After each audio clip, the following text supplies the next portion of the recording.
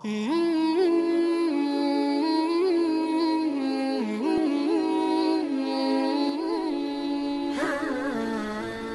itu dikatakan wala yaghurrannaka al-ilm fa inal iblis ustadzul malaikat. Jangan sampai itu ditipu sama ilmu, karena iblis ustadznya malaikat. Walakin ma ghayatuh, apa yang puncaknya? Sebab ilmunya iblis dilaknat sama Allah Ta'ala. Terakhir di puncak batas akhirnya Allah laknat iblis karena dapat manfaat, nasihat, belajar adab, wal akhlak malam, masya Allah. Banyak turun rahmat, barakah pada malam hari ini di majlis ini. Mudah-mudahan kita nggak keluar, nggak bubar dari perkumpulan ini, melainkan Allah udah ampunin kita punya dosa, Allah berkahin, Allah kasih kita rahmat, Allah kasih kita kemudahan di tiap-tiap urusan kita di dunia barzakh wal akhirah. Kita lanjutkan sedikit kajian kita kitab Manhajus Sawi di bulan lalu. Bismillahirrahmanirrahim. Alhamdulillahirabbil alamin. Alhamdulillahilladzi bi dzikrillah tatahharatul qulubi wal arwah. Wa sallallahu wasallama ala sayyidina Muhammadin shahibus shalah wa ala alihi wa sahbihi wa man walah wa la haula wa la quwwata illa billah.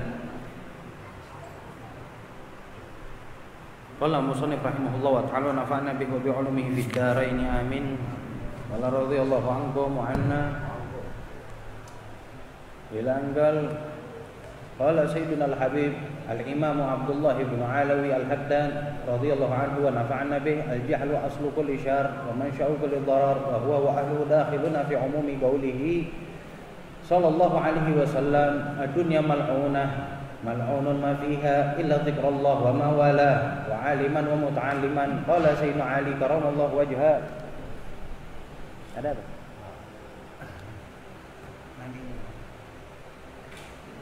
La adu ada minal jahli wal mar'u aduhu majahila wal jahilu waqi'un fi tarki ta'ati wa fi'lil ma'asi sya'a ma ba fa innahu la yadri ayyu shay'in at-ta'atu allati amarahu Allah bi fi'liha wa la ayyu shay'in al-ma'siyatu allati nahahu Allah 'an irtikabiha wa la yakhruju min dhulumatil jahli illa bi nuril ilm walillahi daru Syekh Ali bin Abi Bakar As-Saqran radhiyallahu anhu haitsu yaqul al-jahlu narun lidinil mar'i yuhrigu wal ilmu ma'ul lidil kanar yudfiha. Intaha kalamul Haddad min risalatil mudzakarah. Allahu a'lam.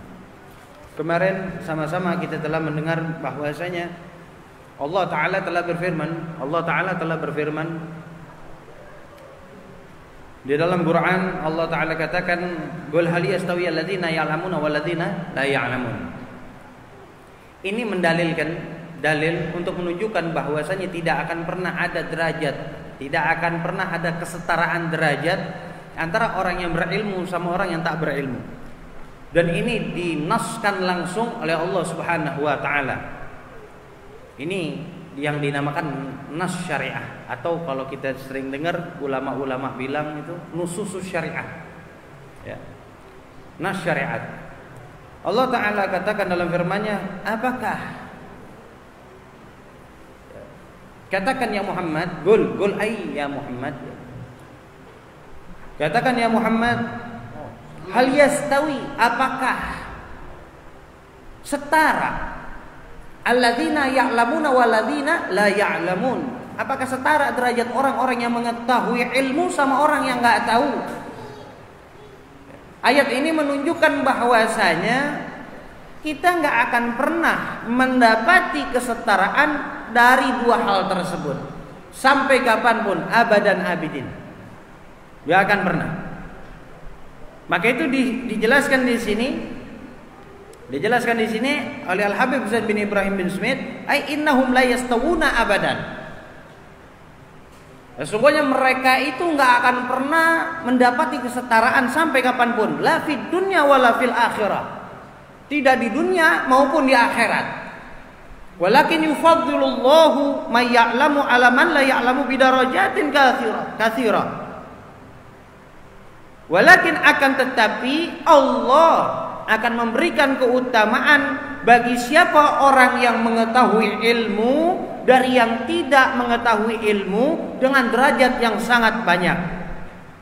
Sangat banyak.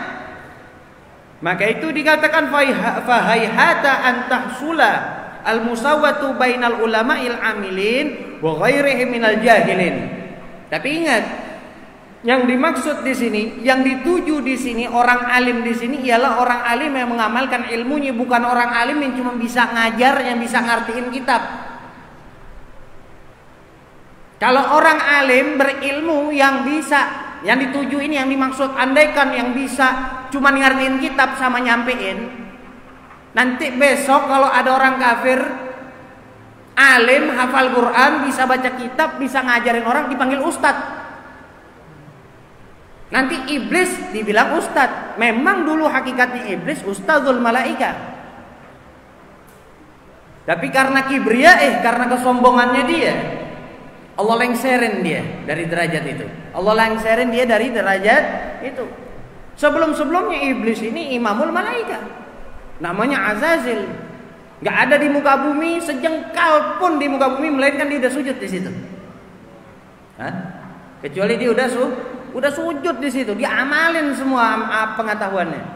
Tapi di saat Allah Ta'ala katakan ini ja'ilun fil ardi khalifah, dan ditampakkan khalifah tersebut dari sosok Abuna Adam alaihissalam, kullu yasjudun, semua sujud sama Adam alaihissalam, ila iblis aba wastakbar. Iblis nggak mau, dia malah sempat-sempatnya sombong di hadapan Allah Ta'ala. Khalaqtahu min tin wa khalaqtani min nar.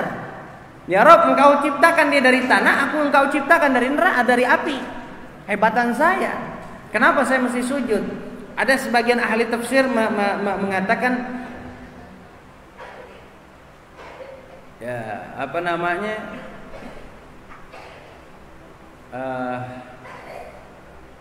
yang sangat teramat bikin Allah murka kepada iblis, ya, karena di dalam sosok Adam alaihi salam terdapat nur Muhammad. Jadi dia bukan sombong terhadap Adamnya saja, terutama dia sombong terhadap nur Muhammad sallallahu alaihi wasallam. Itu yang buat Allah murka, kemudian Allah laknat ini iblis. Nauzubillah. Nauzubillah. Setelah itu udah nggak bisa lagi disematkan kata-kata ustadz kepada si iblis. Maka itu dikatakan wala yaghurrannaka al-ilm fa inal iblis ustadzul malaika. Jangan sampai ente ditipu sama ilmu, karena iblis ustadznya malaikat.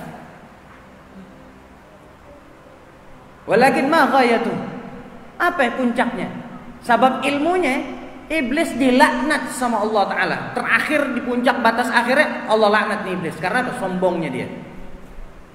Maka itu yang diinginkan di sini, yang dituju di sini oleh Allah Ta'ala, menurut pastinya menurut penafsiran para ulama amilin musalihin, ya.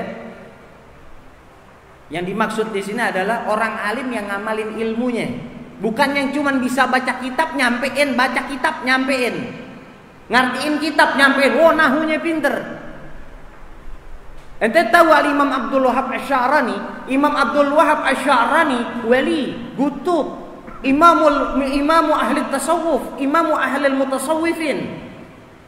Orang-orang tasawuf di zaman imamnya Imam Abdul Wahab Asy'arani. Imam Abdul Wahab Asy'arani di tiap-tiap kitabnya kalau ente dapetin kata-kata qala syekhi, ya. Telah berkata siapa guruku, siapa syekhku, itu yang dimaksud sama beliau adalah Al-Imam Ali Al-Khawwas min sulala Sayyidina Hasan, dari keturunan Sayyidina Hasan radhiyallahu anhu. Habaib. Dan dikatakan Al-Imam Ali Al-Khawwas hada ummi.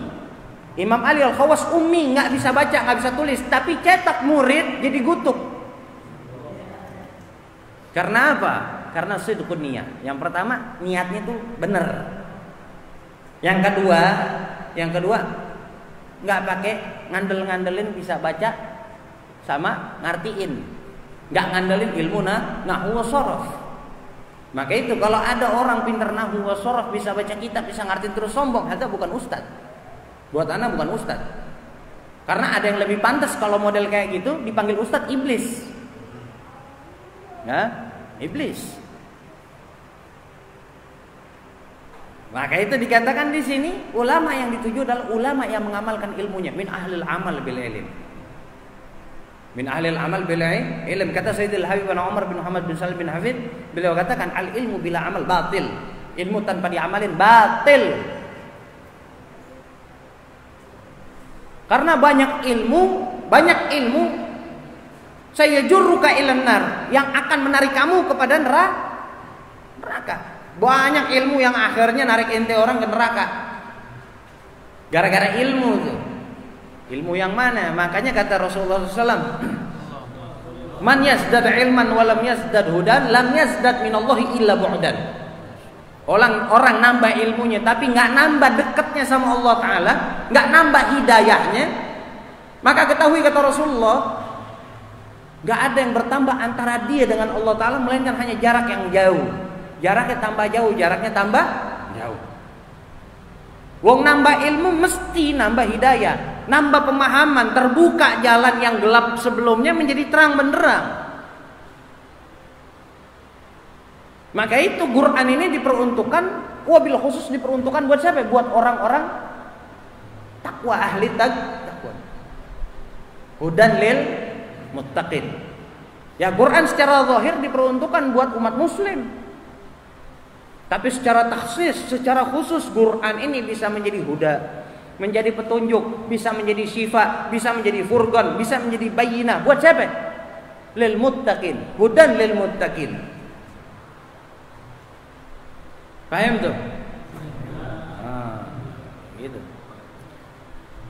Jadi jelas kesimpulannya orang alim yang dimaksud oleh Allah Ta'ala yang dituju di sini ya sesuai yang ditafsirin maksudnya. Akrab mungkin ya, ahli tafsir ini ya, para ulama ini menafsirkan berusaha mendekati, berikhtiar dengan seluruh kemampuannya, berupaya memahami ayat ini, mengeluarkan pemahaman ini, ya, mendekati mungkin dengan husnudzonnya yang Allah mau tuh kayak gini gitu loh. Yang dimaksud adalah ulama yang mengamalkan ilmu. Walakin yarfa'ullahu ahlal ilmi ala man siwahum bidarajatin katsira.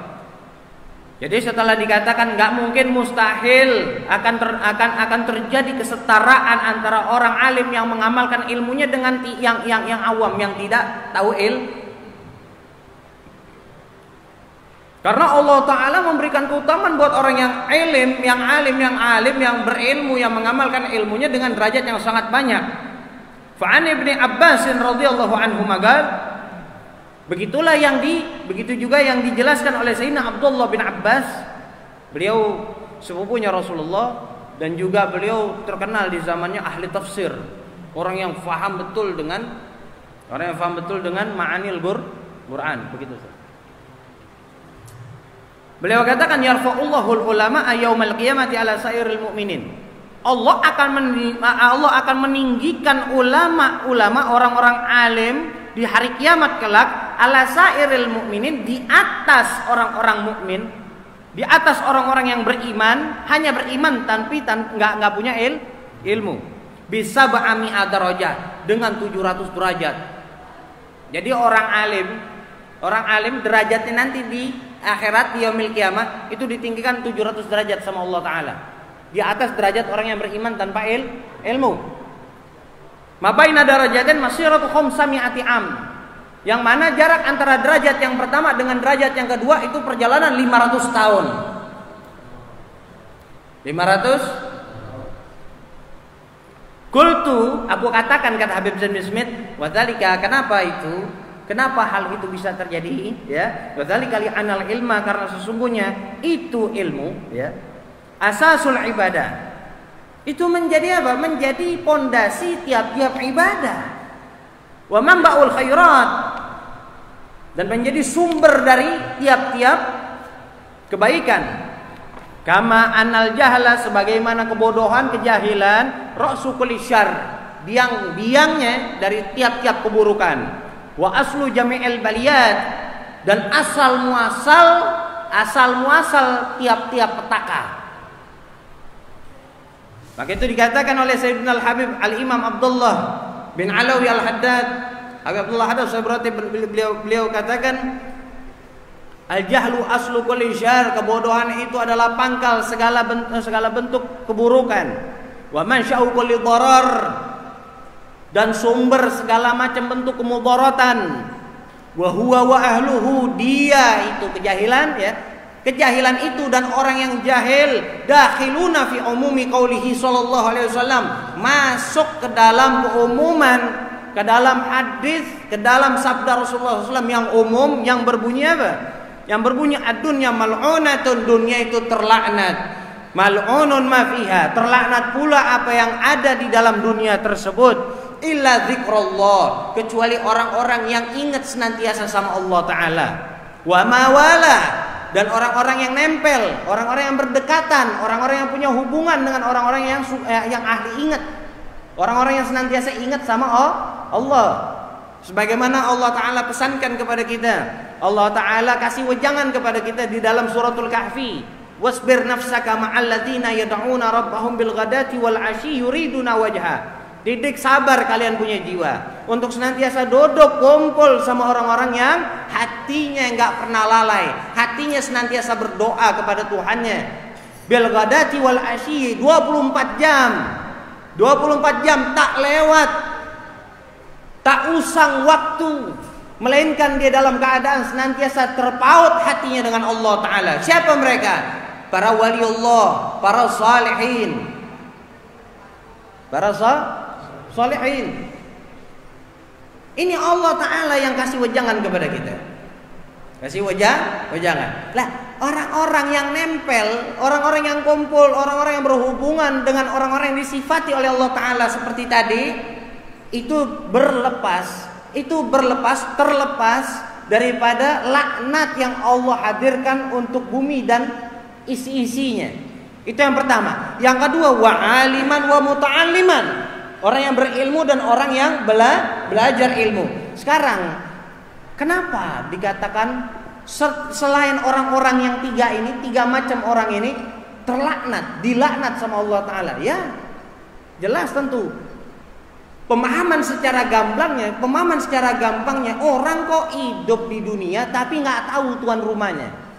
Orang hidup di dunia nggak tahu tuan rumahnya, gimana mau tahu caranya beradab sama yang punya dunia ini? Ada orang tiba-tiba masuk rumah ente, nggak kenal sama ente, bukan saudara ente, bukan kerabat ente, masuk rumah ente, buka pintu kamar ente, ditiduran di atas ranjang ente, marah ente, murka ente sama orang itu. Mungkin bisa ente teriakin maling ini orang. Setelah ente teriakin maling, akibatnya apa? Dia digebukin masa, dia dimasak. Setelah itu, ente hidup di dunia nggak kenal sama tuan rumahnya, dilaknat sama Allah Ta'ala, marah Allah Ta'ala. Biar kenal siapa tuan rumahnya, yang pertama paling gampang aja, ente duduk sama para orang-orang yang dekat sama Allah, orang yang kenal sama Allah, orang yang kenal sama tuan rumahnya ini dunia, ini alam jagat raya. Ya, kalau sulit kita mau cari wali. Banyak orang ngaku wali soalnya. Gimana cara bedanya wali yang benar sama yang enggak? Kalau sulit gampang. Kalau sulit nemuin wali yang hak gampang. Ya, datengin orang alim jadi muta'alim. Jadi orang yang belajar. Nanti si alim yang tahu ilmu bakal ngajarin ente, bakal kasih tahu ente siapa pemilik, siapa tuan rumah alam jagat raya ini. Sehingga di saat ente